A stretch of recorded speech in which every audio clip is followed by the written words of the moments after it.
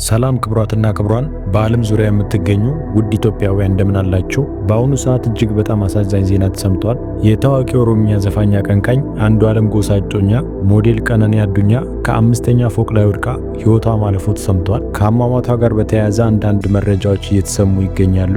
ወደ ቪዲዮ ከመግባታችን በፊት ቪዲዮን ላይክ በማድረግ ጀምሩት። እጅግ በጣም ብዙ ለሆኑ ግለሰቦች እንቆቅልሽ የሆነው ጉዳይ ታዲያ ይህች የታዋቂ አርቲስት እጮኛ ከመሞቷ አንድ ቀን በፊት በቲክቶክ ገጿ ላይ በፍጹም ጤነኝነት ቪዲዮ ማጋራቷ ነበር። ፖሊስም ጉዳዩን እየመረመረ መሆኑን መረጃዎች እየተሰሙ ይገኛሉ። እንዲሁም በተመሳሳይ ሁኔታ ታዋቂ አርቲስት አንዱዓለም ጎሳ ከአንድ ቀን በፊት ከእጮኛው ጋር ፎቶን አጋርቶ የነበረ ሲሆን በፎቶ ላይም ሁለቱም በመልካም ፈገግታ እንደነበሩ ያሳይ ነበር። ታዲያ በሁለቱ መካከል እንዲህ አይነት ፍቅር ካለ የሞቷ መንስኤ ምንድን ነው? አንዳንድ ግለሰቦች እንደሚሉትም እሷ ሕይወቷ ካለፈበት ቤት ውስጥ አርቲስቱና የአርቲስቱ እህት በአንድ ቤት ውስጥ እንደሚኖሩ የተሰማ ሲሆን ፖሊስም ሁለቱም በቁጥጥር ስር ማዋሉን እየተነገረ ይገኛል። ታዲያም ለዚህ ነው አብዛኛው ሰው ልቦና ውስጥ ጥርጣሬ እንዲያድር ምክንያት የሆነው። ምክንያቱም በትዳር ወይም በፍቅር መካከል የቤተሰብ ጣልቃ ገብነት ካለ ነገሮች ጥሩ እንደማይሆኑ ማንም ሰው የሚያውቀው እውነት ነው። በመካከላቸው ያለውን ግንኙነት የሚያውቀው ፈጣሪ ብቻ ቢሆንም። ሌላውና አሁን የወጣው አስገራሚው መረጃ ደግሞ ሞኔት ቤክሲሳ የተባለች የሟች የቅርብ ጓደኛ በፌስቡክ ገጿ ላይ ያወጣችው መረጃ አነጋጋሪነቱም ቀጥሏል። እሷም ቃል በቃል እንዲህ ስትል ነበር የጻፈችው። ፍቅር ፍቅር ብሎ መስፈንና ለፍቅር መኖር የተለያዩ ነገሮች ናቸው። ግጥምና ዜማ ሐሳብን ይገልጻል፣ ፍቅር ግን ዋጋን ያስከፍላል ብላ ልትጽፍ ችላለች።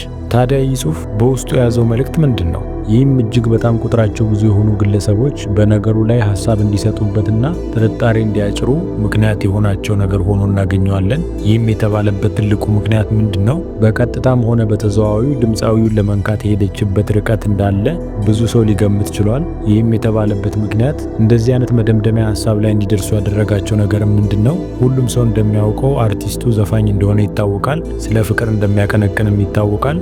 ስለዚህ እሱ በዘፈኑ ላይ የሚያስቀምጠው ሐሳብና በተግባር ላይ መሬት ላይ ያለው ነገር ደግሞ ትክክል እንዳልሆነ ለመግለጽ የሄደችበት ርቀት እጅግ በጣም ብዙ ሰዎችን መነጋገሪያ ያደረገ ጉዳይ ሆኖ እናገኘዋለን። ይህ ነገር ይብዛም ይነስም በተዘዋዋሪም ሆነ በፊት ለፊት በቀጥታ ድምፃዊውን ለመንካት አሽሙር እንደተጠቀመችም ብዙ ሰዎች እየተናገሩ ይገኛሉ። ትክክልም ነው። ምክንያቱም ሐሳቡ እጅግ በጣም ግልጽና ቁልጭ ያለ ሐሳብ እንደሆነ ልንገነዘብ እንችላለን። ማንም ሰው ይህንን ነገር ካነበበ በኋላ ምን አይነት ነገር ወደ ጭንቅላቱ ሊመጣ እንደሚችል መገመት የማያዳግት ነገር ሆኖ እናገኘዋለን ማለት ነው። የሆነ ሆኖ ይህ የሰዎች ሐሳብ ነው። ዋና የፖሊስ ምርመራ ውጤት ነው። ፖሊስም ስራውን እያከናወነ ይገኛል። በዚህ ቪዲዮም ይህ ንጹህ ነው፣ ይህ ወንጀለኛ ነው ለማለት ሳይሆን ወይም ፍርድን ለመስጠት ሳይሆን መላምቶችን ለመጠቀም የሄድንበት ርቀት መሆኑን ማህበረሰቡ ሊገነዘብ ይገባል። ምክንያቱም ይህ ነገር በሕግ ጥላ ስር ያለ ነገር ነው።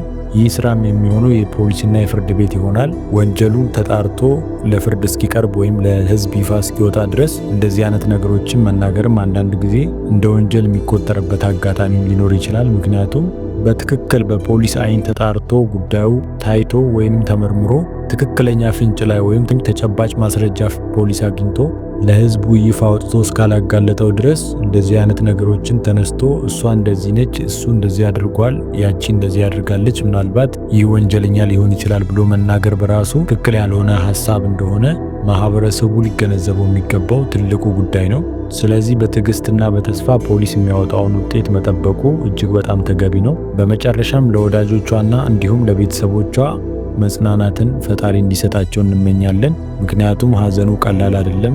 ልጅን ማጣት ለቤተሰብ እጅግ በጣም ከባድ ነው። ሌላው እጅግ በጣም ጉዳዩን አሳዛኝ የሚያደርገው ነገር ምንድነው? ቤተሰቦቿ የሟች ቤተሰቦች ሰርጓን እየጠበቁ በተስፋ የተጠባበቁ ባለበት ሰዓት እንደዚህ አይነት ነገር መፈጠሩ እጅግ በጣም ያሳዝናል። ቤተሰብ ብዙ ነገር ኤክስፔክት ያደርጋል። ልጅን አስተምሮ ለወግ ማዕረግ አድርሶ በስተመጨረሻም ወጋቸውን ማዕረጋቸውን ለማየት በሚበቃበት ሰዓት እንደዚህ አይነት ነገር የሞት ዜና ወይም መርዶ መሰማቱ እጅግ በጣም ለቤተሰቦቿ ቅስም ሰባሪ የሆነ ጉዳይ ሆኖ እናገኘዋለን። የሆነ ሆኖ ፈጣሪ የፈቀደው ነገር ነው የሆነው። ምንም ማድረግ አይቻልም። እናንተስ ምን ታስባላችሁ? ሐሳብ አስተያየቶቻችሁን በኮመንት አጋሩኝ። ጊዜ ሰጣችሁ ስለተከታተላችሁኝ እጅግ አድርጌ አመሰግናችኋለሁ። ወደዚህ ቻናል ዛሬ ጎራ ያላችሁ ቪዲዮን ላይክ እና ሰብስክራይብ በማድረግ ቤተሰብ እንድትሆኑ ስል በትህትና ጠይቃለሁ። መልካም ቀን።